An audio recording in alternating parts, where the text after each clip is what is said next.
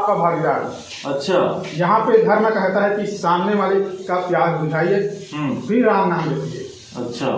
उस टाइम कोई भिक्षुक या ब्राह्मण आता है जो बहुत प्यासा है, भूखा है, तो क्या आप अपना पूजा छोड़ के उनकी सेवा में जाएंगे? हाँ बिल्कुल। उनके सामने गुरु गोविंद सिंह उपस्थित हो गए। हाँ। ये समय बहुत दिनों के पश्चात आया था, कई साल लग गए। उनकी बड़ी प्रतीक्षा थी किसको? वैद्यराज को कि गोविंद साहब के सामने आए और उनकी बात सुने। हाँ। दोस्तों नमस्कार, जय जवाहर, जय छत्तीसगढ़। कैसे हैं आप लोग? आशा है अच्छे होंगे, मस्त होंगे, स्वस्थ होंगे। दोस्तों हमारे साथ में है मिस्टर महेंद्र कुमार जी।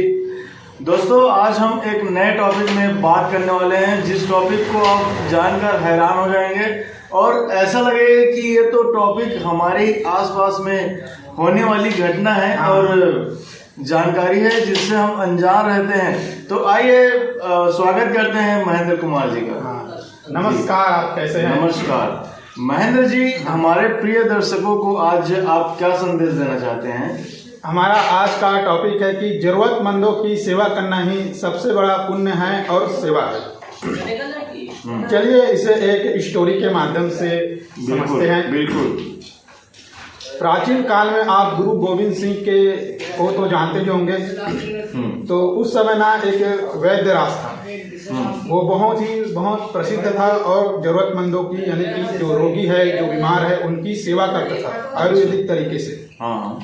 तो धीरे धीरे वह गुरु गोविंद सिंह के ना कृपा से ना बहुत बड़े वैद्यराज बन गया और गोविंद सिंह का बहुत बड़ा भक्त भी था। अच्छा। तो एक दिन क्या हुआ, उनके सामने गुरु गोविंद सिंह उपस्थित हो गए। ये समय बहुत दिनों के पश्चात आया था, कई साल लग गए। उनकी बड़ी प्रतीक्षा थी किसको? वैद्यराज को कि गोविंद साहब के सामने आए और उनकी बात सुने। हाँ। अब उसी समय ना उन्हें एक सूचना मिला कि एक व्यक्ति बहुत बीमार है। अब वह धर्म संकट में पड़ गए। अच्छा। मैं इनका इलाज करूं, इतने साल बाद जो हमारे गुरु आए हैं उनकी सेवा करूं। तो ऐसे में बड़े उदास मन से उन्हें जाना पड़ा रोगी की सेवा करने के लिए। रोगी की सेवा करना। तो जाते जाते सोच रहे थे इतने सालों के बाद हमारे महात्मा आए हैं और उनके पास टाइम नहीं रहता है, जगह जगह सब जगह जाना पड़ता है, तो इनको छोड़कर मुझे जाना पड़ रहा है। तो वो चले गए और घंटे 2 घंटे उनकी हालत में सुधार किया, मतलब उनको ट्रीटमेंट किया तो ठीक हो जाए। तो वो तुरंत ही अपने कुटिया में आ गए जहाँ महात्मा विराजमान रहते थे और सोच रहे थे कि अब तो चले गए होंगे। ऐसे परेशानी में थे, टेंशन में थे। लेकिन जैसे ही वहाँ पहुँचे ना, तो गुरु गोविंद सिंह को वापस अपनी ही कुटिया में पाए। अच्छा। हाँ। तो अब गुरु गोविंद सिंह का कहना था कि अब गुरु गोविंद सिंह से वह क्षमा प्रार्थना कर रहे हैं। आप आए हैं और आपको छोड़कर मैं अपने काम में चला गया।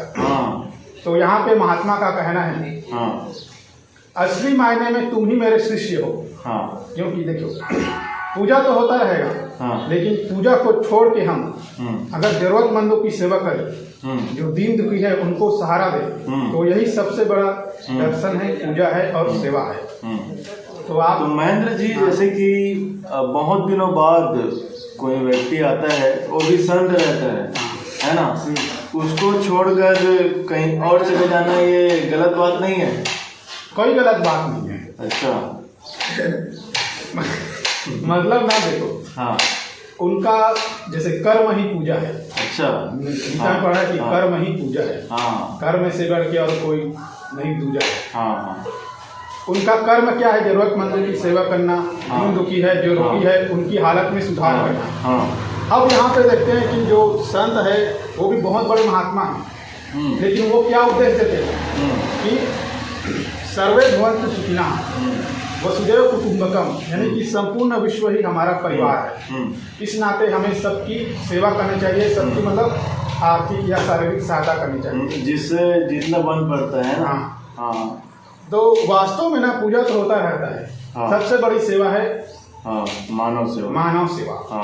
तो धर्म सरिस नहीं भाई पर पीरा न तम नहीं अजमाई। अरे वाह, क्या बात। जैसे कि महेंद्र जी आप पूजा कर रहे हैं, उस टाइम कोई भिक्षुक या ब्राह्मण आता है जो बहुत प्यासा है, हाँ भूखा है, तो क्या आप अपना पूजा छोड़ के उनको उनकी सेवा में जाएंगे? हाँ बिल्कुल बिल्कुल।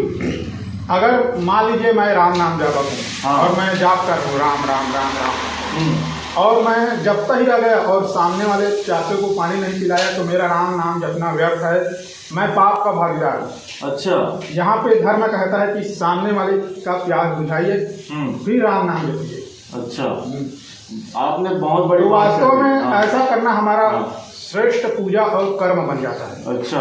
यहाँ पे विवेक का सहारा लेना पड़ता है। हाँ हाँ हाँ, बहुत बड़ी बात हो जाती है ना। हाँ। आप पूजा कर रहे हैं और अचानक से कोई भिक्षुक आ गया, हाँ। मैं उनको देखूं कि अपना पूजा हाँ। करूं, है ना। पूजा तो अपने लिए है भाई। हाँ सामने वाले की क्या हुआ? हाँ, सामने वाला स्वयं के लिए रहता है ना। सामने वाले में भी तो ईश्वर है ना। हाँ, उसमें भी ईश्वर है। हम क्या पता जिस भगवान। भगवान का नाम जाप कर रहे हैं, हाँ। वही भगवान उसमें है, मुझ में है, हाँ। मुझ में है। और क्या पता भाई, हाँ। भगवान ही भिक्षुक के हाँ, रूप में हाँ। आके आपको हाँ, दर्शन दे रहा होगा, है ना। और उनकी सेवा नहीं किए तो फिर मेरा राम नाम जपना व्यर्थ है। व्यर्थ हो जाएगा। हाँ। बस। तो बहुत बढ़िया संदेश दिया आपने। हाँ। दोस्तों, आपने सुना कि जब कभी भी आप पूजा कर रहे हो और कोई जरूरतमंद आपके सामने आ जाए तो उनकी जरूर मदद करें। धन्यवाद। तो दोस्तों, आपने महेंद्र जी को इतना टाइम तक सुना और बहुत अच्छे विचार के साथ महेंद्र जी ने अपनी बात रखी। पर बीते सरिस धर्म नहीं भाई, पर पीड़ा सम नहीं अजमाई। तो इस भाव के साथ आप निरंतर काम करते रहें, दूसरों की सेवा करते रहें, जिससे आपका भी कल्याण होगा और दूसरों की भी कल्याण होगा। धन्यवाद। सादर जय जवाहर, जय छत्तीसगढ़, जय भारत माता की जय। जय।